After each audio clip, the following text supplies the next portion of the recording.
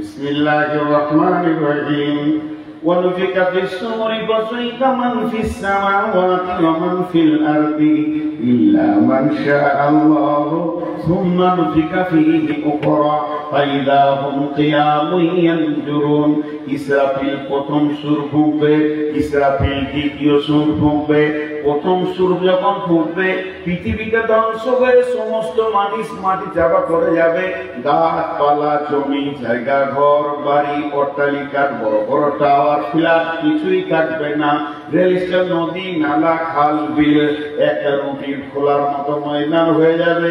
সমস্ত মানুষ যারা কবরে আছে কবরে থাকবে, আর যারা বেঁচে আছে তারা কবর অটোমেটিক তাদের হয়ে যাবে, মাটি চাপা পড়ে যাবে।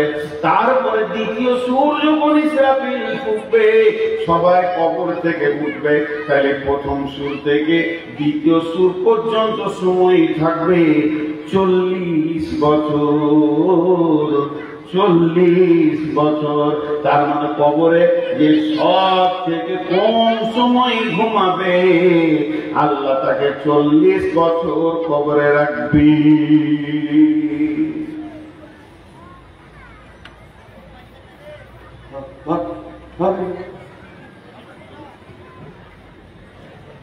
মাথা গরম করতেছে তো 40 বছর কবরে থাকবে। হাজি কবরে যাব না, খালি একজন বলেন। মাঝে একটা কথা বলি, কবরের আরেকটা নাম আছে আলামে বারজাখ। ওই সময়কালটাকে বারজাখ বলা হয়েছে, মৃত্যুর পরের জীবন আর হাসরে মাঠে ওঠার জীবন। বারজাখ শব্দটা কেন বললে, সবাই কবর পাবে না। আমরা যতজন আছি কজনের কবরে কবর আছে না নাই? তারপর হয়তো পানি জাহাজে ডুবে মরে গেছে, কারো লাশ গুম হয়ে গেছে, কাউকে পুড়িয়ে দিয়েছে গাড়ি সহ আগুন লাগিয়ে, কাউকে হাঙ্গরে গিলেছে, কাউকে গুম করে দেওয়া হয়েছে, কারো লাশকে বস্তায় ভরে পচিয়ে দেওয়া হয়েছে। আর হিন্দু ভাইদের চিতাকে পোড়ানো হচ্ছে, বর্গীদের সুধা করে পুঁতে দেয়, খ্রিস্টানদের পূর্ব পশ্চিম সমাধি করে আরেকটা জাতিকে বসিয়ে রেখে তাকে পুঁতে দেয়। বিভিন্ন রকম করা হচ্ছে পৃথিবীতে। শুধু মুসলিমরাই কবর দেয় তাই নয়, ইহুদিরা দেয়, তাদের মতো তারা দেয়। তার জন্য আল্লাহ নবী বলছেন এই সময়টাকে বারজাখ কাল বলে। আল্লাহ রাসূল বলছেন বিসমিল্লাহির রহমানির রহিম ইদা ওদিয়াল মাইয়াতু ফিল কবরি আতাহু মালাকানি ফায়াকুলানি মান রাব্বুকা মা দীনুকা মান নবিয়ুকা।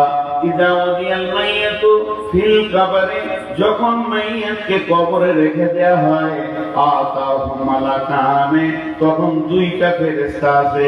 তারা দুইজনে একই সঙ্গে বলে, একা একা বলে, একজন শুনে তা নয়, দুইজন যৌথ কণ্ঠে বলে, ফায়াকুলানি মান রাব্বুকা, তোমার রব কি, মা দীনুকা, তোমার দিন কি, মান নবিয়ুকা, তোমার নবী কে।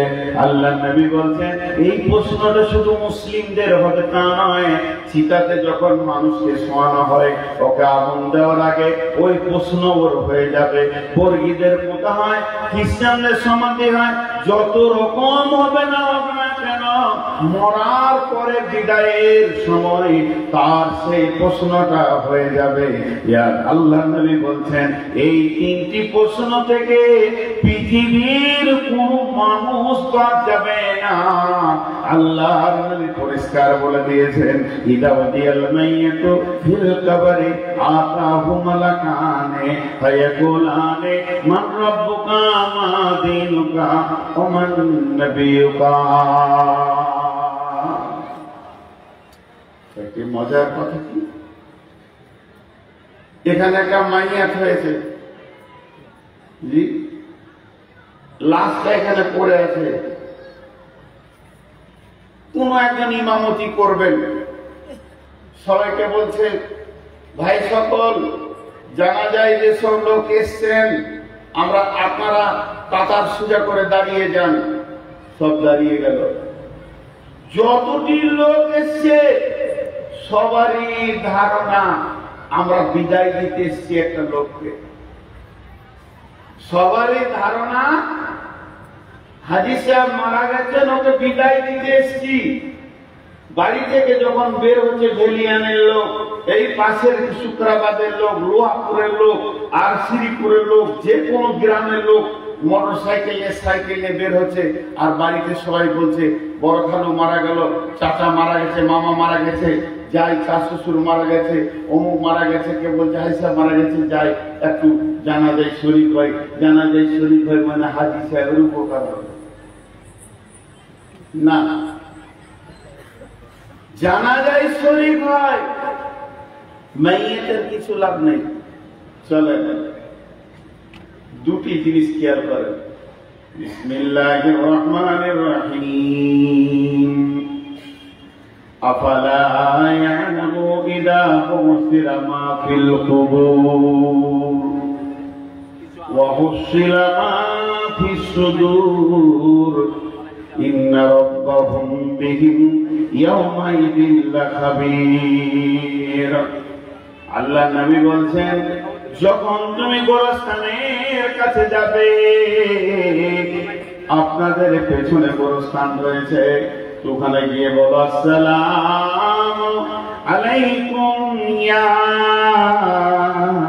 আহলাল কুবুরি ইয়া আহলাদ দিয়ার ইয়াগফিরুল্লাহু লানা ওয়া লাকুম ওয়া আনতুম সালাফুনা ওয়া নাহনু বিল আসরি।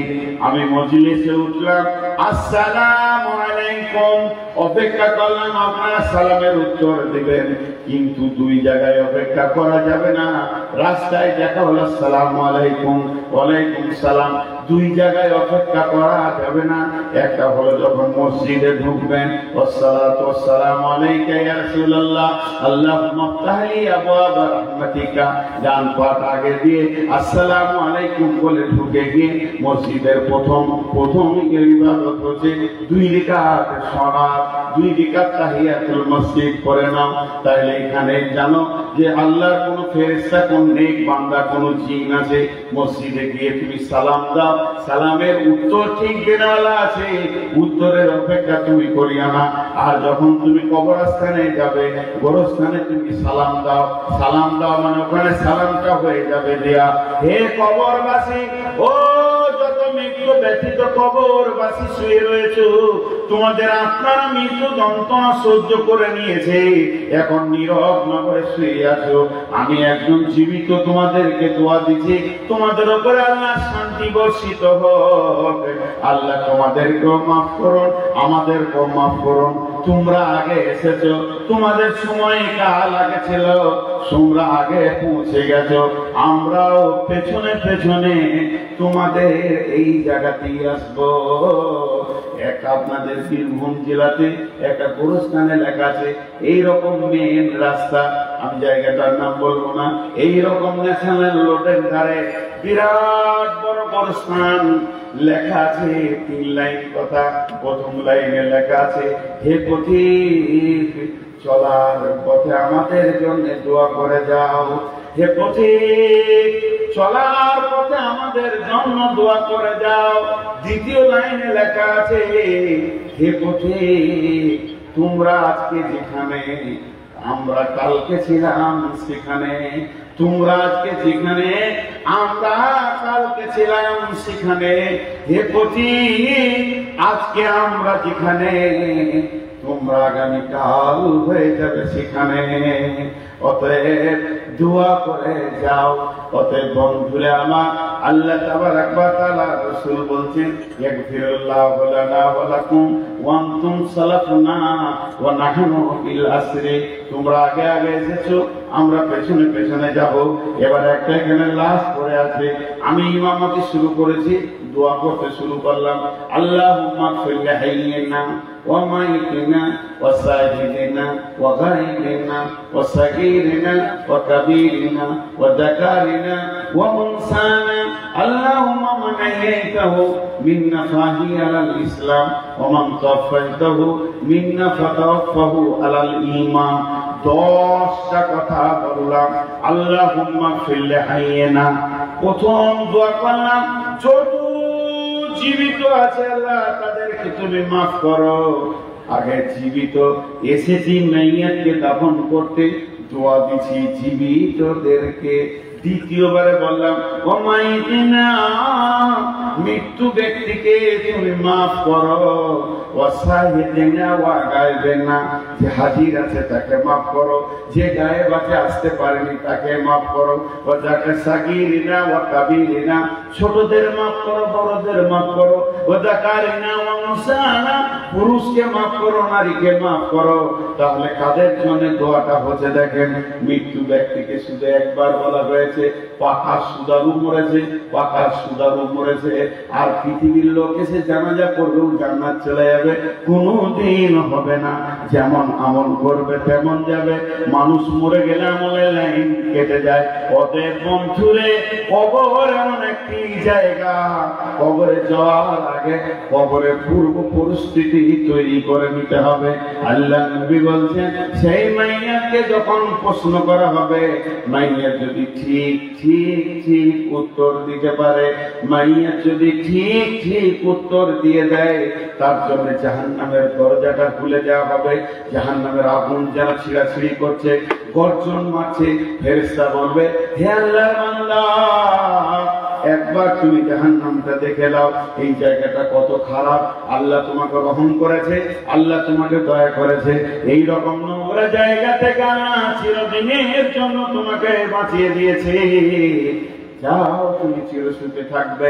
আর যদি উত্তর না দিতে পারে, জান্নাতটা এক ঝলক দেখে দিয়ে বলা হয়, হতভাগা বদনসিব রে, এত সুন্দর জায়গা থেকে বঞ্চিত হয়ে গেলি বদ আচরণের কারণে। কবর একটা জায়গা, কবর একটা জগৎ। আমার জানাইসা বলছেন, আমি বাড়িতে আছি, একটা ইহুদিদের মেয়ে আসলো আমার কাছে ভিক্ষা চাইতে, ইহুদিদের মেয়ে। তো আমাকে বললো, আম্মাজান আয়েশা, বাড়িতে কিছু আছে, আমাকে দেন। তো আমি গোটা ধরে দেখলাম কিছু নাই, ইয়া রাসূলুল্লাহ। দুটো খেজুর ছিল, ওর হাতে দিলাম। তো খেজুর দুটো যখন ও হাতে পেল, তো আমাকে দোয়া দিল, আল্লাহ যেন তোমাকে কবরে আযাব থেকে মুক্তি দান করেন, কবরে আযাব থেকে মুক্তি দান করেন। আম্মাজান আয়েশা বলছে, আমি অবাক হয়ে গেলাম, কবরে আযাব হবে নাকি, কবরে আযাব হবে নাকি? এতক্ষণ মধ্যে কিছুক্ষণের মধ্যে রাসূলুল্লাহ সাল্লাল্লাহু আলাইহি ওয়াসাল্লাম বাড়িতে ফিরলেন। আমি এই ঘটনাটা বললাম, ইয়া রাসূলুল্লাহ, একটা ইহুদিদের মেয়ে ছিল, আমি তাকে দান করেছি, খেজুরে দিয়েছি, আমাকে দোয়া দিয়েছে, আল্লাহ তোমাকে কবরের আযাব থেকে মুক্তি দান করুন। তাহলে কি কবরে আযাব হবে? আল্লাহ নবী বললেন, আযাবাল কবরি হাক্কুন, আযাবাল কবরি হাক্কুন, কবরের আযাব হচ্ছে সত্য সত্য সত্য সত্য, কবরে আযাব হবে। এরপরে আমাদের আয়েশা বলছেন, আমি ফলো করেছি, তীক্ষ্ণ দৃষ্টিতে শ্রুতিটা আমি শুনেছি, রাসূলুল্লাহ সাল্লাল্লাহু আলাইহি ওয়াসাল্লাম যত নামাজ পড়তেন ঘরে, প্রত্যেকটি নামাজ, নফল হোক, তাহাজ্জুদ হোক, সুন্নত হোক, যত নামাজ বাড়িতে পড়েছেন, প্রত্যেকটি নামাজের শেষে আল্লাহর নবী কবরে আযাব থেকে আল্লাহর কাছে মুক্তি চেয়েছেন। আমি খেয়াল করে দেখেছি। আর ওই দোয়াটা এমন একটি দোয়া, আল্লাহর নবী আজও দিয়ে চলে গেছেন আমাদেরকে। আমরা যখন তাসাহুদে বসে থাকি সালাম ফেরার আগে, শেষ তাসাহুদ যেটা, তখন কবর আযাব থেকে মুক্তি যায়। আল্লাহুম্মা ইন্নী আউযু বিকা মিন আযাবিল কবরি ওয়া আউযু বিকা মিন ফিতনাতিল মাসিহিদ দাজ্জাল। আল্লাহুম্মা ইন্নী আউযু বিকা মিনাল মাহইয়াই ওয়াল মামাতি, আল্লাহুম্মা ইন্নী আউযু বিকা মিনাল মাহরামি ওয়াল মাগরাম। তো প্রথমেই বলা হয়, আল্লাহুম্মা ইন্নী আউযু বিকা মিন আযাবিল কবরি, হে আল্লাহ, তুমি আমাদেরকে কবর আযাব থেকে মুক্তি দাও। একটা প্রশ্ন আমি নিজেই করবো, নিজেই উত্তর দিব। আহলে কোরআন বলে একটা গোষ্ঠী বেরিয়েছে, সারা বিশ্বে বিভ্রান্তি সৃষ্টি করেছে। এরা বলছে হিসাব তো হবে কিয়ামতের দিন, তো কবর আযাব হবে কেন? কি যুক্তি দিয়েছে দেখেন, হিসাব তো হবে কিয়ামতের দিন, তো হিসাবের আগে আযাব হবে কেন? হিসাব হয়ে আমি মুজরিম এটা সাব্যস্ত হবে, প্রমাণ হবে আমি মুজরিম, আমি দোষী, আমি গুনাহগার, তারপরে আযাব চালু হবে, আর কবর আযাব শুরু হবে, আর কিয়ামতের দিন হিসাব হবে। এটা কেমন কথা ভাইয়া? কবরের আযাব আযাব, কিয়ামতের আযাব আযাব, বেশ সাত আযাব। আযাব মানে আযাব, আযাবের অভিধানিক অর্থ আযাব, কষ্ট। কিন্তু কবরে আযাব সত্য। তাহলে আগে হবে কেন? একটা উদাহরণ দিব। আমার বাড়ি আপনার ভেলিয়ানে, আমি এখানে থাকি, এটা আমার বাড়ি। আমার বাড়ি থেকে দূরে একটা মুদিখানার দোকান আছে। আমি দেশ বিদেশে ঘুরি, ঘরে কম থাকি। ওই দোকানে আমি 12 মাস মাল খাই। সেখানে আমার একটা খাতা আছে, মাল আনি দেয়, সে দেয়, আমার কাছে টাকা চাই না। মাসের শেষে পেমেন্ট করে দিই, আবার কখনো 2 মাসের করি, এটা চলে। একটা কথা বলেন, আমি দোকানদারকে বলছি, ভাই মনে হয় 3 মাস আপনাকে টাকা দিই। কতদূর কি হলো আমার তো আইডিয়া হচ্ছে, যা খেয়েছি তাতে 40-এর ঘর ঢুকে গেল নাকি। তা দোকানদার হাসতে হাসতে বলছে, মনে আপনি খান, অসুবিধা কি আছে, খান। তা আমিও একটু ব্যস্ত, তো হিসাবটা এই এপ্রিল মাসের শেষে বসবো, কিংবা মে মাসের 10 তারিখে বসবো। হিসাবের একটা ডেট হয়ে গেল, হিসাবের দিন হয়ে গেল। তারপরও আমি মালদা যাচ্ছি ব্যবসা করতে, পকেট থেকে একটা 20,000 টাকার বান্ডিল ও টেবিলে নামিয়ে দিলাম, এটা জমা করে নেন। আচ্ছা, ওইটা যদি জমা করে লাই, ওর কি অসুবিধা আছে কিছু? জি ভাই, অসুবিধা আছে? আমি আইডিয়া করছি 50-60 হাজার হয়ে যাবে, তো 20-30 হাজার টাকা দিয়ে গেলাম। হিসাব হচ্ছে 10 তারিখে। 10 তারিখে বসে দেখছি টোটাল আমার মাল দেওয়া হয়েছে 60,000 টাকা। 60,000 টাকা। তাহলে কি ওই 20,000টা মাইনাস হবে না? 20-30 হাজারটা মাইনাস হবে না? হবে। তো কবরের আযাব সত্য। কিয়ামতের মাঠে যেদিন হিসাব হবে, সেই দিন এই আযাবটা ওই আযাবের মাইনাস। আল্লাহর নবী বলছেন, মুমিন কালেমাওয়ালা যারা শাহাদু আল্লা ইলাহা ইল্লাল্লাহু ওয়া শাহাদু আন্না মুহাম্মাদান আবদুহু ওয়া রাসূলুহু পড়েছে, শিরক মুক্ত জীবন যে ব্যক্তিটা করে, ওই পৃথিবীতে যত কষ্ট পায়, রাস্তায় চলতে চলতে যদি পায়ে একটা ছোট্ট কাঁটা ঢুকে যায়, একটা কাপড়ে যদি আঘাত পায়, তার জন্য তার গুনাহ মাফ হয়ে যায়। তাহলে আল্লাহ মুমিনকে কি সুন্দর করে বানিয়েছেন। মুমিনের জীবনে সামান্যতম কষ্ট হবে, আর তার আযাব মাফ হয়ে যাবে, তার গুনাহ মাফ হয়ে যাবে। তাহলে জেনে নেন, পৃথিবীতে যদি এটা হয়, চলার পথ তো আমার হিসাবে দিন, কিয়ামতের দিন আছে। এই চলার পথে পড়ছে কবর। আল্লাহ যাদের প্রতি দয়া করে, 2-4টা 10-20 গুনাহ, সামান্য গুনাহ যার আছে, কবরে আযাবই সেটা মিটে যাবে। এমন লোক আছে কবরই তার আযাব শেষ হয়ে যাবে, কিয়ামতের মাঠে সে মুমিনের দলে উঠবে। যদি কবরে আযাব শেষ না হয়ে যায়, তার গুনাহ যদি শেষ না হয়, কিয়ামতের মাঠে 50,000 বছর দাঁড়িয়ে থাকবে। কোন চিঠি এটা পরে বললেই তো হয়। কথা মুছে না দিচ্ছেন, তার মানে কথাটা স্টপ করে আপনাকে এটা বলতে হবে। এখন দান দেন আপনারা, মাসের জন্য দেন। কে কত দিবেন আল্লাহর রাস্তায়? 2-5 হাজার যার কাছে আছে দানের জন্য বলছে, মানে স্টপ পায় না দানা দেখো কোথায় দানা আদায় হবে ইনশাআল্লাহ।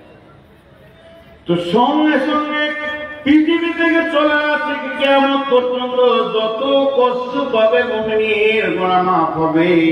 এর জন্য কবরে আযাব বড় সত্য, কবরে আযাব বড় সত্য, কবরে আযাব বড় সত্য।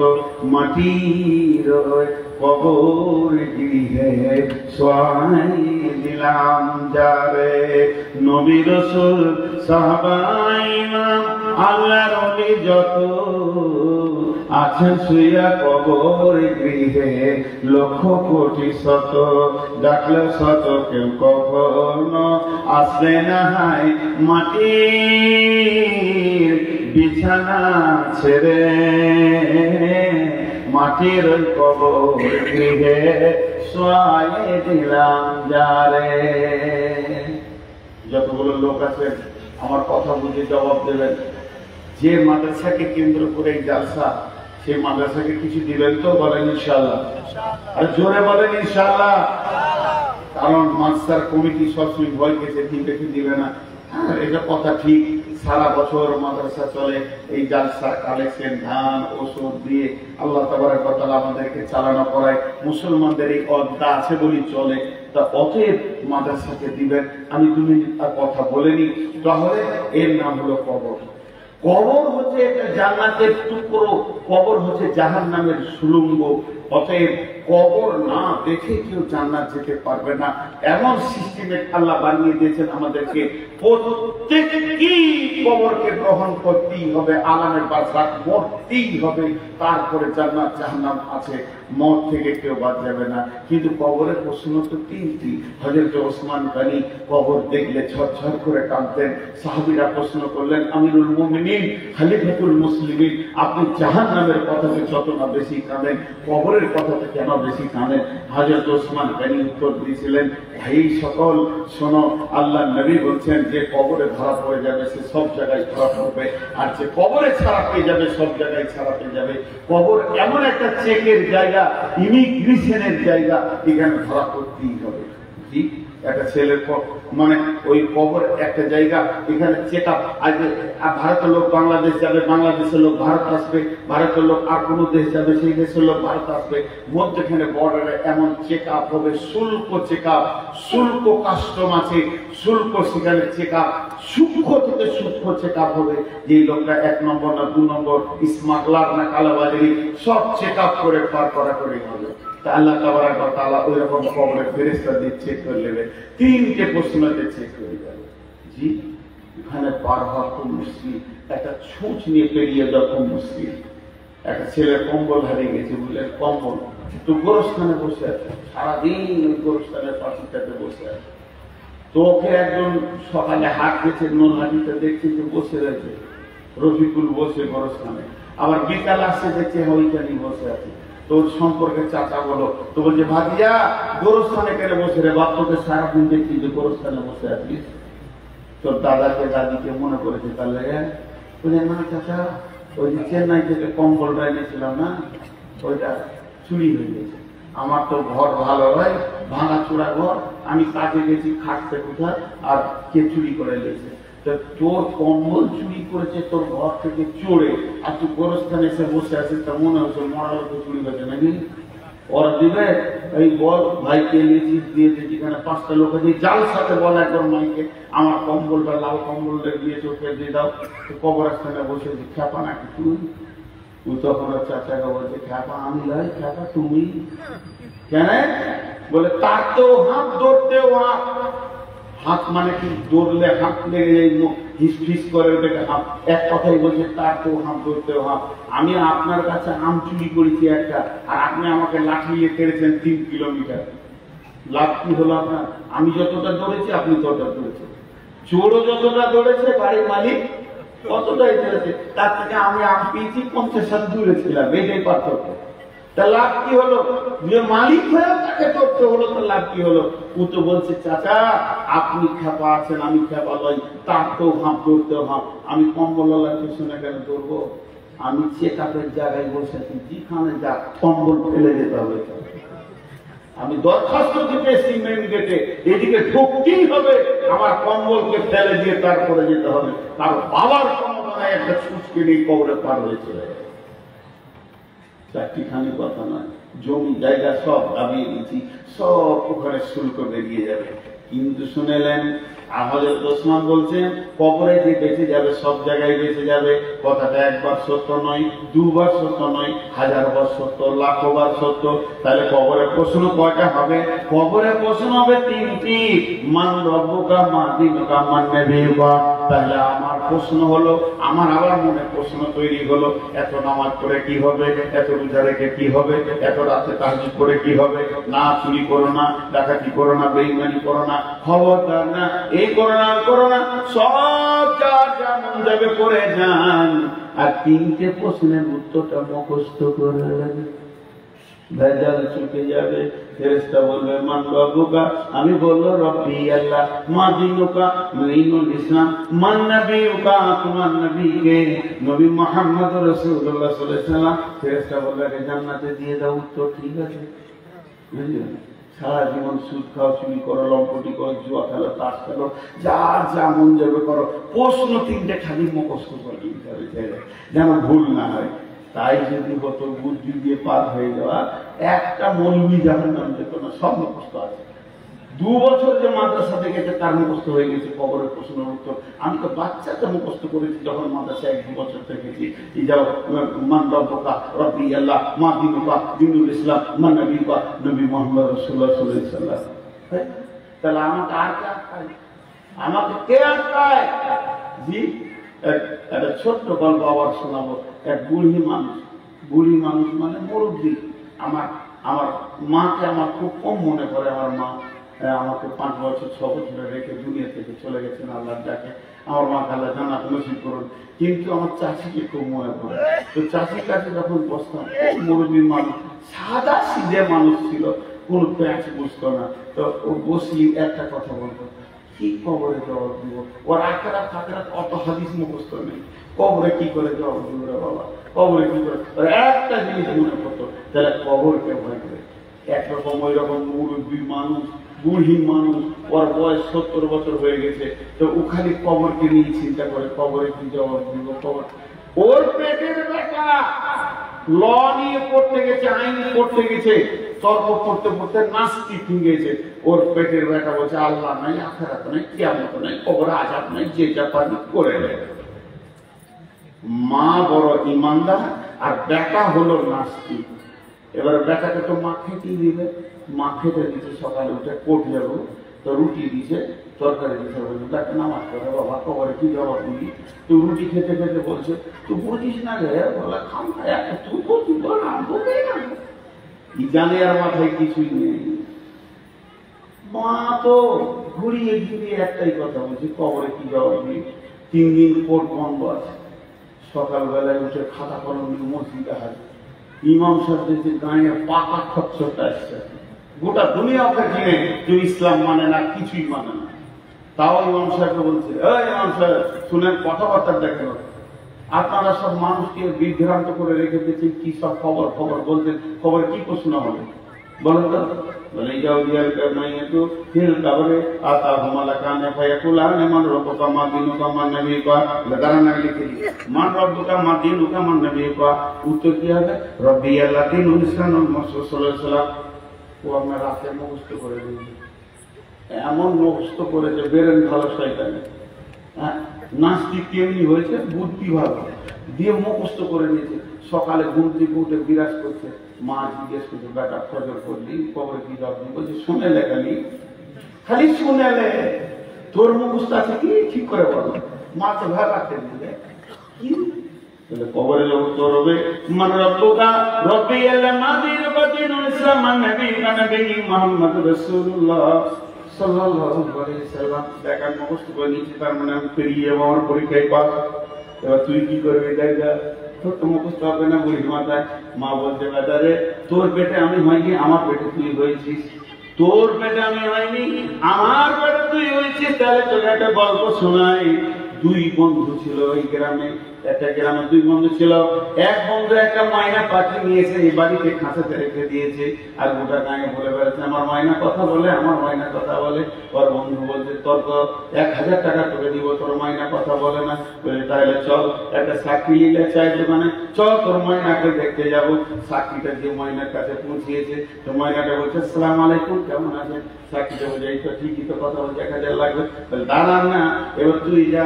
এবার বাড়ি ময়নার মালিক গেছে, আসসালামু আলাইকুম, কেমন আছে? তো বেশ কথা বলছে। এই 2 জনাকে যখন বলেছে, এবার ওর পালা পড়েছে। ও বাড়ি থেকে একটা বড় হাঁদা বিড়ালকে ধরেছে, ওকে ভালো করে ঘাটটাকে চেপে লাগিয়ে রেখেছে, আর ব্যাগের ভেতরে নিয়ে গেছে। এবার ময়নাটার কাছে গেছে, ময়না মাথা নামিয়েছে সালাম দিব বলে, আর হাঁদা বিড়ালটাও সামনে তুলে ধরেছে। বিড়ালটা যখন ম্যাও করেছে, তখন পাখিটা ছিটপিট করে খাঁচার ভিতরে চি করে শব্দ উঠেছে। সালাম ভুলে গেছে, কেমন আছেন ভুলে গেছে। একবার তখন বলছে, বাবা দেখ তোর ময়না কথা জানে না, বরং বুলি জানে, আর শিখানো বুলি। এই বিড়াল থেকে ভুলে গেছে, শিখানো বলি মনে থাকবে না। তুই যেটা মুখস্থ করেছিস, আজরাইলকে দেখলে তুই তো দূরের কথা, তোর বাপেরও মনে থাকবে না। যতই মুখস্থ কর, আজরাইলকে একবার দেখবি মুমকিন নাকি বলেছিলাম কলু বালা। তাই পৃথিবীর শুরু তোমাদের রব নয়, আমরা বলেছিলাম কলু বালা। এই পড়াটা পড়িয়েছেন কে? আল্লাহ। সাবজেক্টটা পড়িয়েছেন কে? আল্লাহ। সেই দিন প্রফেসর ছিলেন কে? আল্লাহ। শিক্ষক ছিলেন কে? আল্লাহ। মুদারিস ছিলেন কে? আল্লাহ। এবার সারা জীবনটা আল্লাহর উপরে ভরসা করে চলতে হবে। ওয়ালা রাব্বিহিম ইয়াতাওয়াক্কালুন।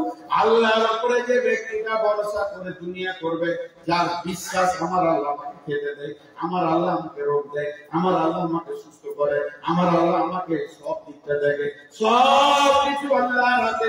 এই চিন্তা করতে করতে করতে করতে যে ব্যক্তিটা মরে যাবে আর কবরে ঢোকার পরে তার প্রশ্ন এসে যাবে মান রব্বুকা, তো তখন বলবে রব্বি আল্লাহ। ওর মনে পড়বে আমার রব আমার আল্লাহ। প্রথম প্রশ্নের উত্তর হয়ে গেল। দ্বিতীয় প্রশ্ন, মা দিনুকা, তোমার দিন কি? তুমি কোন দিনের লোক? তোমার দিন কি? তোমার দিন কি? তোমার মতবাদ কি? তোমার আদর্শ কি? কে বলবে আমার দিনের নাম ইসলাম? তার মানে হচ্ছে কি, ইসলামকে যাকে ধরেছে সেই বলবে আমার দিন ইসলাম।